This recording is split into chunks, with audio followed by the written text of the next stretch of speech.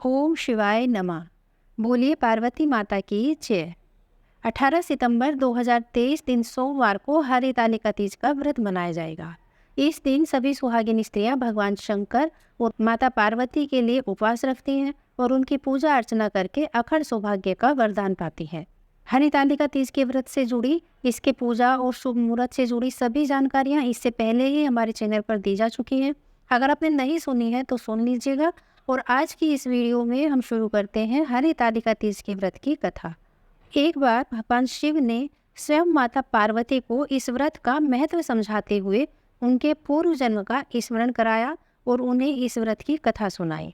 भगवान शंकर कहते हैं, हे गौरी, अपने पूर्व जन्म में जब आपने सती का अवतार धारण किया था, तब एक बार अपने पिता के यज्ञ में अपने पति अर्थात मेरा अपमान सहन नहीं कर पाई और तब आपने खुद को उसी यज्ञ की अग्नि में भस्म कर दिया।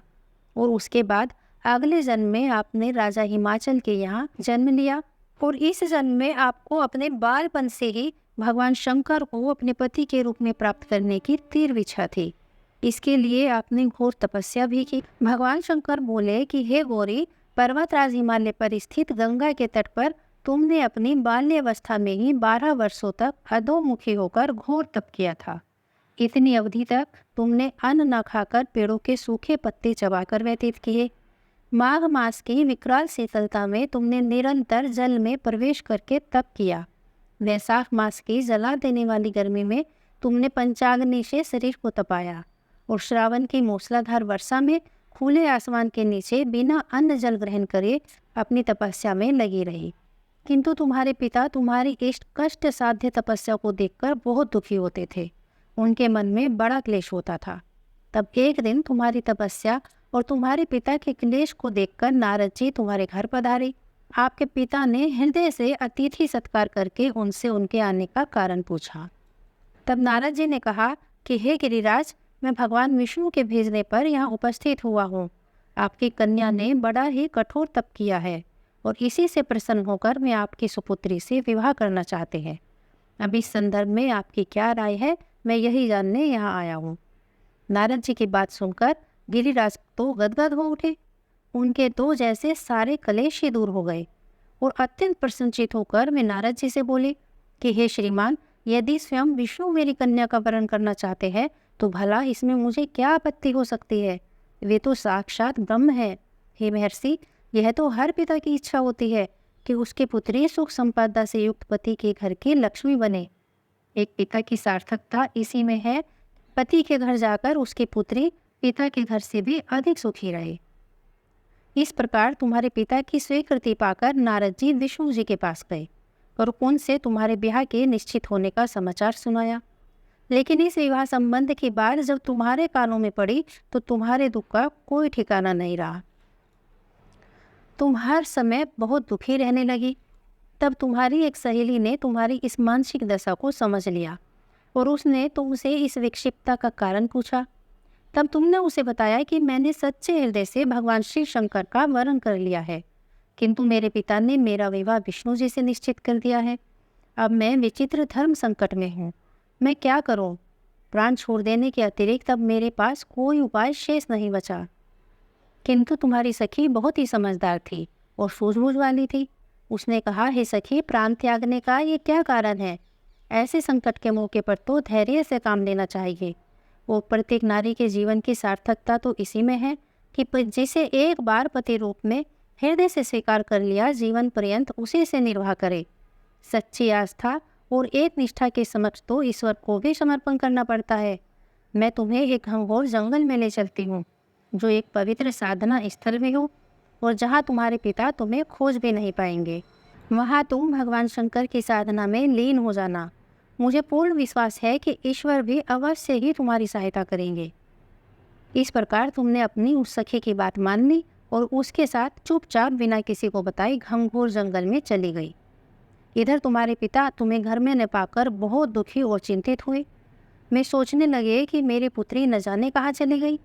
मैं विष्णु जी से उनका विवाह करने का प्रण ले चुका हूँ। यदि भगवान विष्णु बारात लेकर आ गए और मेरी कन्या घर पर नहीं हुई तो बड़ा अपमान होगा। मैं तो कहीं मुंह दिखाने के योग्य भी नहीं रहूँगा। और यही सब सोचकर गिरिराज ने जोर शोर से तुम्हारी खोज शुरू करवा दी। इधर तुम्हारी खोज होती रही और उधर तुम अपनी सखी के साथ नदी के तट पर एक गुफा में मेरी आराधना में लीन रही। भाद्रपद मास के शुक्ल पक्ष की तृतीया तिथि को हस्त नक्षत्र था। उस दिन तुमने रेत के शिवलिंग का निर्माण करके व्रत किया। रात भर मेरी स्तुति के गीत गाकर जागी। तुम्हारी इस कष्ट साध्य तपस्या के प्रभाव से मेरा आसन डोलने लगा, मेरी समाधि टूट गई। मैं तुरंत तुम्हारे समक्ष जा पहुंचा और तुम्हारी तपस्या से प्रसन्न होकर तुमसे वर मांगने को कहा। तब अपनी तपस्या के फलस्वरूप मुझे अपने समक्ष पाकर तुमने कहा कि मैं हृदय से आपको अपने पति के रूप में वरण कर चुके हूँ। यदि आप सचमुच मेरी तपस्या से प्रसन्न होकर यहाँ पधारे हैं तो मुझे अपनी अर्धांगिनी के रूप में स्वीकार कर लीजिए। तब मैं तथास्तु कहकर पुनः कैलाश पर्वत पर लौट आया और प्रातः होते ही तुमने पूजा की समस्त सामग्री को नदी में प्रवाहित करके अपनी सहेली सहित अपने व्रत का पारण किया। और उसी समय तुम्हारे पिता गिरिराज अपने मित्र, बंधुओं और दरबारियों के सहित तुम्हें खोजते खोजते वहां पहुँचे और तुम्हारी इस कष्ट साध्य तपस्या का कारण और उद्देश्य तुमसे पूछने लगे। उस समय तुम्हारी दशा को देखकर गिरिराज अत्यंत दुखी हुए और पीड़ा के कारण उनकी आंखों में आंसू उमड़ आए। तुमने उनके आंसुओं को पोंछते हुए विनम्र स्वर में उनसे कहा, पिताजी, मैंने अपने जीवन का अधिकांश समय कठोर तपस्या में बिताया है और मेरी इस तपस्या का उद्देश्य केवल यही था कि मैं महादेव को पति के रूप में पाना चाहती थी। आज मैं अपनी तपस्या की कसौटी पर खरी उतर चुके हूँ, किंतु आप विष्णु जी से मेरा विवाह करने का निर्णय ले चुके थे, इसलिए मैं अपने आराध्य की खोज में घर छोड़कर चली आई और अब मैं आपके साथ इसी शर्त पर घर जाऊंगी कि आप मेरा विवाह विष्णु जी से नहीं महादेव से करेंगे। तुम्हारी यह बात सुनकर गिरिराज मान गए और तुम्हें घर ले गए और कुछ समय के पश्चात शास्त्रोक्त विधि विधान के साथ उन्होंने हम दोनों को विवाह के सूत्र में बांध दिया। हे पार्वती, भाद्रपद मास की शुक्ल तृतीया को तुमने मेरी आराधना करके जो व्रत किया था उसी के फलस्वरूप तुमसे मेरा विवाह हो सका। इसका महत्व यह है कि मैं इस व्रत को करने वाली कुंवारियों को मनोवांछित वर प्रदान करता हूँ और सुहागिन स्त्रियों को अखंड सौभाग्य का वरदान देता हूँ। इसलिए सौभाग्य की इच्छा करने वाली प्रत्येक युवती को यह व्रत पूरी एक निष्ठा और आस्था से करना चाहिए। तो यह थी हरितालिका तीज की कथा। आप सब भी पूरे श्रद्धा भाव से और पूर्ण विश्वास से भगवान शंकर और माता पार्वती के लिए यह व्रत रखें और संपूर्ण 16 श्रृंगार के साथ माता पार्वती की पूजा अर्चना करें और साथ ही इस कथा को जरूर सुनें। बोलिए भगवान शंकर की जय, माता पार्वती की जय।